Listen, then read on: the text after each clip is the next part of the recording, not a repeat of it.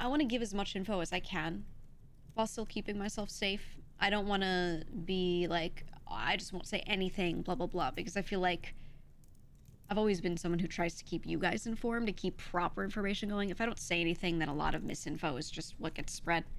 And I think a lot of people could get hurt on all sides. On all sides could get hurt a lot worse or in ways they shouldn't. Vast amount of this I just do not believe.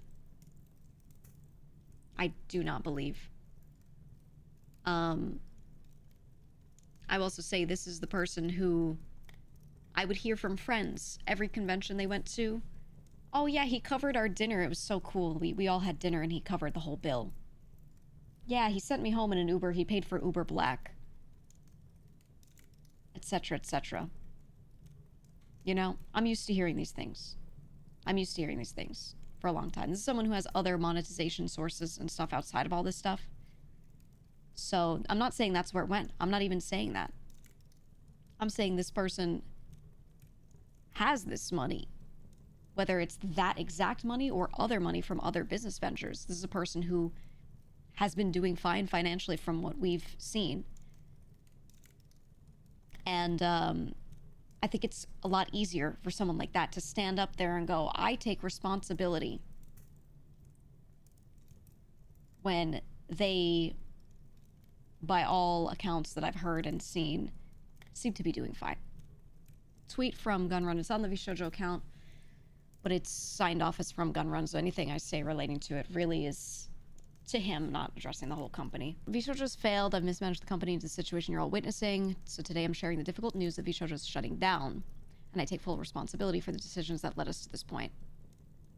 I want to say, saying you take responsibility verbally is cool and all. It changes nothing about the situation. It changes absolutely nothing. Do I think it's nice to say this? Yes. Yes. Do I think the person who is ultimately responsible should say this? Yes. However, their words. That's it. He said, continuing, "I've been doing everything I can to fundraise and right the ship these past few months, but despite my efforts, we are in a worse position, and those I care about are now paying the price." Yeah, I mean, the only stuff that's been visible to me this whole time to right the ship has been attempts at fundraising. And, you know, some staff leaving because they were, like, not really able to get paid anymore, or whatever the reasoning is. Those are the best efforts.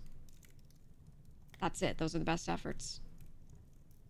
And that's pretty much, from what I know, from what I'm aware of, what his job has been the whole time, is to just keep trying to find fundraising. I have not really seen many other efforts to make things profitable. There was, like, one other effort that was a good idea, but was executed very poorly and went not well.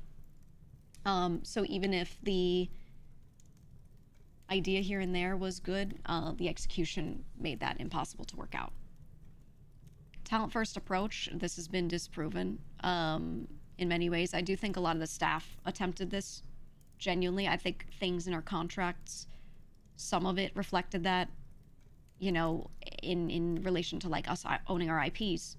Our funding went directly to our creators through generous splits, debut investments, infrastructure, concerts, events, and staffing, all designed to support them. Okay. Generous splits, I cannot comment right now on exact splits or anything. I think that's a bad idea. I will say, is it better than what I've heard about from some other VTuber companies? Yes. However, I don't think we should ever in this industry compare how anything goes to other VTuber companies as if there's some magical different thing from regular talent agencies. A standard talent agency and talent management company in the Western sphere, usually the splits are a lot better, and things are just, it's just that model. I think taking this company and comparing it to VTubing agencies is a really good way to make it look better. That's what I think about that.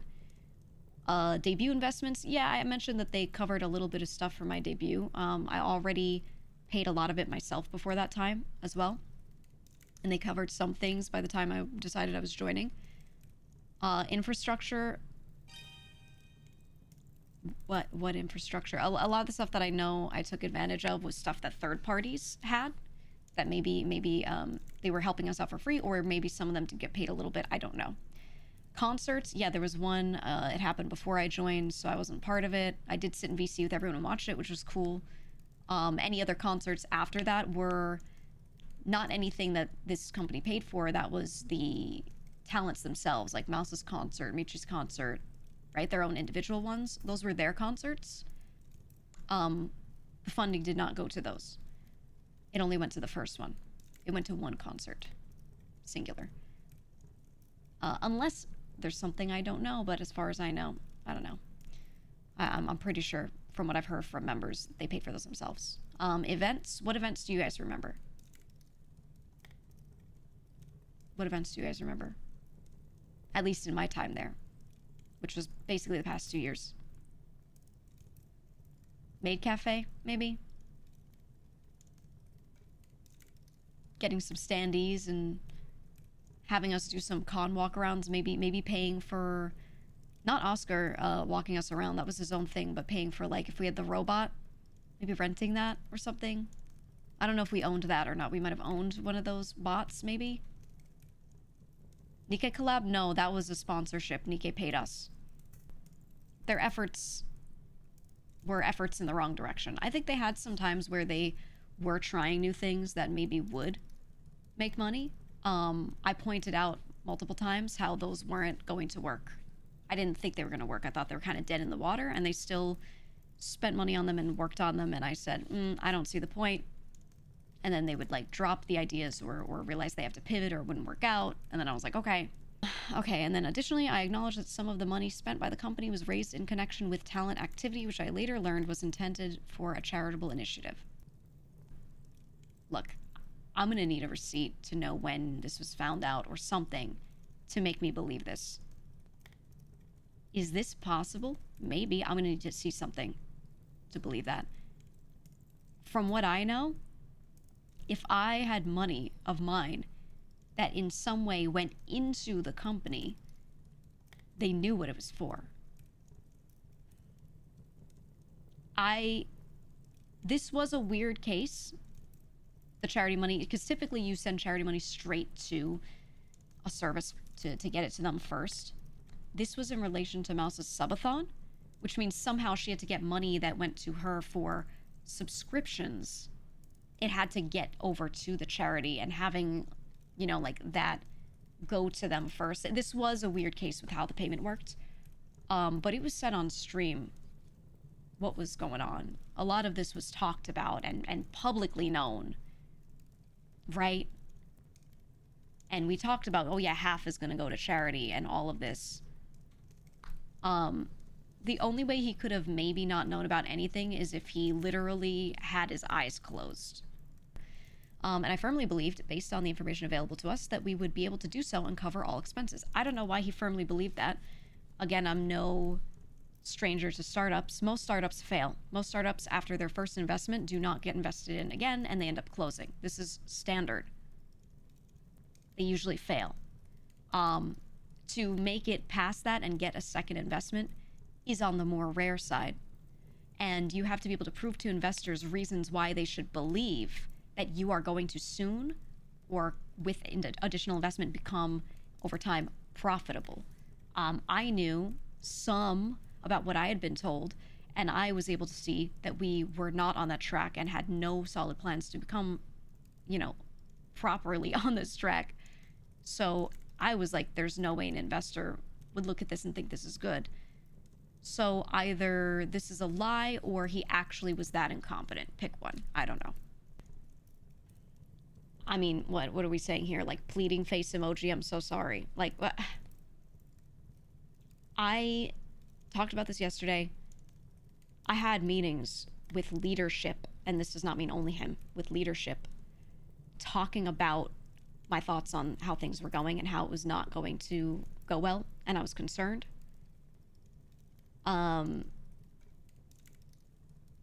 that time, if it was known that things were going so poorly, someone could have made the call to cut the losses, to say, we need to cut a lot of staff right now. That's our big spend is staff salaries. We need to cut certain projects. These are big spends as well. Let's liquidate some things that we have, whatever. See what our money situation is. Pay money out to talent so that we're getting close to or not as much in debt. Maybe pay the charity first. Talk to us about it and go, look, we owe this money to you guys, but we also owe to charity. You know, here's what we want to do. We could have just talked about it. It still would have been bad. It would have been less bad. And a conscious decision was made to not do that. This is what I replied to the tweet. I said, Vshojo didn't just fail. Many staff and leadership failed Vshojo. I'm not going to name any specific people for the record. I don't want to point fingers at anyone right now. There's more information that's needed, and even then, I don't know if I want to be the one worrying about that stuff. But I just want that to be known, that this is not just one person. It's impossible for this to have been one person and no one else knew, right? Do I think some of those other people maybe had the power to do anything? Probably not for a lot of them. You know, that's really case by case for each person. But, you know, I think we shouldn't pretend that he's the only person in this situation, right? I said, instead of using talent money on operating costs, the company should have shut down, or at least informed us, but you instead used us as cash cows to keep things afloat while keeping us in the dark. Again, this was a conscious decision. You chose to keep the expensive sinking ship going and felt it was fine to keep paying out to staff you were friends with instead of putting talent first. You made it abundantly clear that you're okay with not prioritizing the debts owed to the talent who made this company what it is. We know which leadership worked on our contracts. He did not sit there and write them, for the record. We know which leadership constantly sat in VC playing games with staff instead of working on time-sensitive tasks for events and debuts.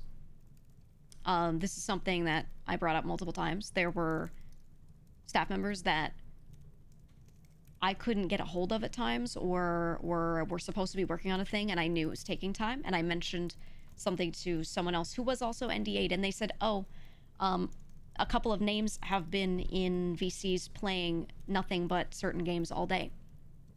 And I said, can you show me proof? And they would check in throughout the day and send regular screenshots going, yep, still in VC, yep, still screen sharing this game. You know? Do I think people should be allowed to play games? Sometimes, absolutely. But when people are waiting on some shit, come on. When you're getting paid as a full-time employee, when funding, we're owed money. Funds are getting paid for you to sit there and do that. I brought this up and said, this is happening. You have full-time employees doing this. And this is without me knowing that the company was so in debt. I was just bringing it up because I was like, yo, you got workers doing this. And one of my complaints at the time was just, I don't feel like I get this many full-time employees worth of support for all of us. And I'm noticing this as well. This is a problem. It was me pointing that out. This wasn't even about the money at the time, you know? And I was aware of this, and I made people aware of this many, many, many months ago. Continuing, there's 2 more lines. It said, we know which staff consistently leaked information about talent. Yeah, several of us had our trust breached so many times. A lot of my projects were getting talked about at events because I would have a friend message me and go, oh my God, I was at this event and I heard about this thing. That's so cool. And I would go, what do you mean you heard about that thing? This is only something that I discussed in my Discord and with my own staff. And they'd be like, yeah, I saw a picture of like this merch item you got coming up. And I'm like, what the fuck are you talking about? And then they would tell me certain staff members' names, or sometimes they'd just say a staff member showed me this thing, told me about that thing, which is terrible. There were times that some people did things physically and didn't want it to be known that they were like going to this one dinner or something like that. That was talked about to random people that shouldn't have known. Stuff like that. Just completely breaching privacy to a horrific degree. Again, we're VTubers, right? We don't talk about this stuff. We trust our company to protect this stuff. There was one person who I know doesn't show themselves anywhere, but went to a dinner, and I heard a staff member say to a bunch of people who are not NDA'd, who are not part of this, who shouldn't have known, oh yeah, I saw so-and-so here. Why? I brought this up again. I want this to be known. I brought these things up when they happened, typically. I don't know who even heard about it. I don't know how far up the chain this was known. I'm pretty sure they knew, though. I brought this up, and I remember when I first joined, one person who was leaking a lot of proprietary information was taken care of, and I was glad about that, but others were not.